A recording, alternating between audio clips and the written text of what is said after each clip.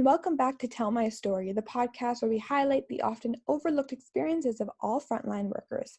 I'm your host, Halima Ahmed, and today we're here with Sulemaan Ahmed, a Canadian entrepreneur and educator.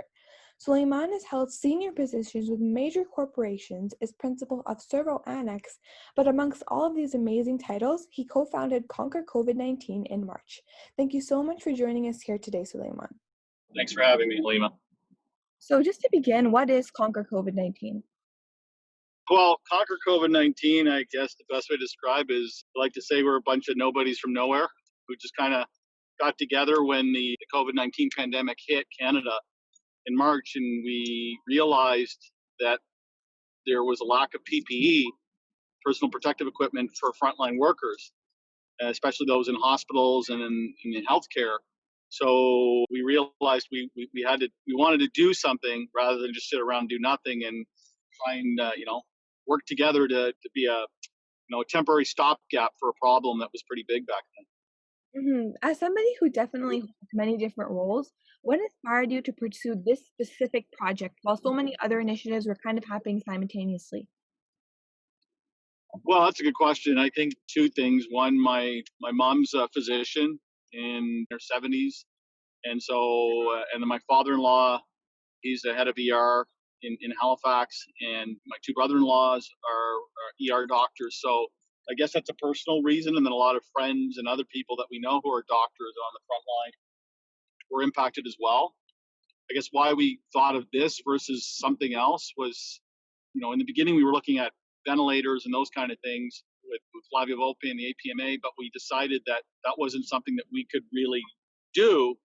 And so one of the first things we did was we were sourcing baby monitors, because Dr. Sean Mondu at Hamilton General was telling us they needed them because they were getting so many patients, and the best way to communicate with people safely was with baby monitors. So then they didn't have to risk having their doctors and nurses exposed to COVID-19 or burn through their PPE supplies. So it started with baby monitors. Two of our first members, my wife Khadija Kaji and Lori Dillon Shulk, started collecting baby monitors, asking people on Facebook, and then they collected about 30 or 40, but we realized we couldn't scale quick enough, and then that's when we approached Toys R Us, and they agreed to donate 400 of them to hospitals across the country. And then it grew from there to masks, face shields, gloves, gowns, and Tyvek suits.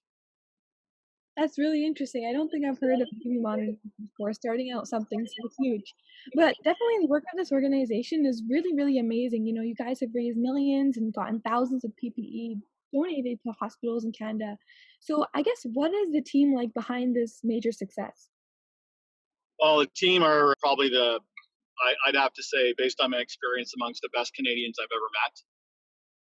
They're a mix. They're students, medical students, undergrad students, high school students, doctors, lawyers, engineers, entrepreneurs, agency leaders, regular people like you and me, who all just kind of decided when things were going kind of sideways that they wanted to do something, and then rather than get angry or get upset, we just figured, well, let's work together and find a solution. And things like the website were launched within 2 weeks by our head of our tech, Greg Tilson, and a whole bunch of different people kind of worked together to find a solution. But a lot of them had families or kids or in school, and we're working 20 or 22-hour days at some point, so it was a bit crazy. But they're just good people. That's, I guess, my best answer for that question. I guess, how did your team have to shift to the organizational structure, moving from, I guess, a couple of you guys collecting baby monitors to like dozens and dozens of people working across the nation? That was interesting. I mean, we were a decentralized kind of group at first, but then once we started to scale and start with 6, 8, or 10 people, then suddenly we're up to 100. We realized we had to create an org structure. And in fact, that's detailed in our playbook that co-founder Lori Dillon Shulk created. So if any of your listeners want to go to conquercovid19.ca/playbook, they can actually download the entire playbook for free in terms of what we did. So if they want to mobilize or use it for their own COVID-19 efforts or any other kind of effort that requires help. And in there's actually a section on our organizational structure and how we covered it. And Conquer COVID-19, I guess, received a ton of shout-outs from amazing people like Justin Trudeau and Ryan Meadows. So basically the whole Canadian lot. What was that like for Conquer COVID? Well, we were lucky because Prime Minister Trudeau actually gave us our first kind of shout out Mhm. when the initiative with Toys R Us happened about 2 weeks in.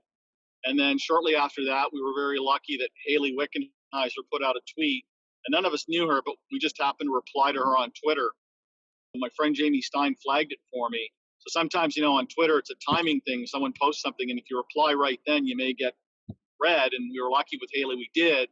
So she started direct messaging me, and the next day, her and Yusuf Ahmed, one of our medical students, and Ripanu, who's on our team, we got on a call together with her, and Haley liked what we had to say and what we're trying to do, and she's a medical student. And the next thing you know, she brought Ryan Reynolds on board, and things kind of blew up. Yeah, definitely. I saw some of the videos he made. They're so funny. And I think you mentioned also that the team released a playbook based on your experiences starting this massive organization. Obviously, COVID isn't getting much better for a lot of countries across the world. So how do you hope that playbook can help international PPE drives? Well, the playbook is free to download. It's open source. We are in the process of translating it into French. So hopefully that's bilingual in Canada, but obviously we're hoping that also internationally, anyone who speaks English, who parle français, they're able to to download it. We hope it just gets shared everywhere, is because we don't necessarily have the right formula. We just did what we thought was best, but we're hoping with this being shared, people can build upon it and do better. And then we hope that they might share their experiences. I think something like this is really, really important for a lot of countries right now. But I think lastly, the most important question I have to ask you is, I know fundraising efforts haven't concluded and everything, but where can I get a Conquer COVID t-shirt? Because they are amazing. Well, the Conquer COVID-19 T-shirt was actually kind of was by accident. It was created by my daughter Yasmin. I was 16 because we were doing a PPE drive, and we thought that all the volunteers were there. We should have something unique to identify them. Mhm. So we kind of created these T-shirts, and she designed it, and we managed to get them printed. And a friend of mine, Craig Forrest, he went and picked them up for us in time, and we happened to wear them at the drive. And the next day, everyone wore them. And then the Premier of Ontario, Doug Ford, came and he wore it that day at his press conference, and then things went nuts. So unfortunately, we don't sell any more of those T-shirts. They were kind of limited run. We sold about 21,000 of them. But you know what? If I can happen to find one or something, I'll see if I can throw one your way. That would be amazing. Well, I guess that concludes our little interview. Thank you so much, Sulemaan, for speaking us with us today.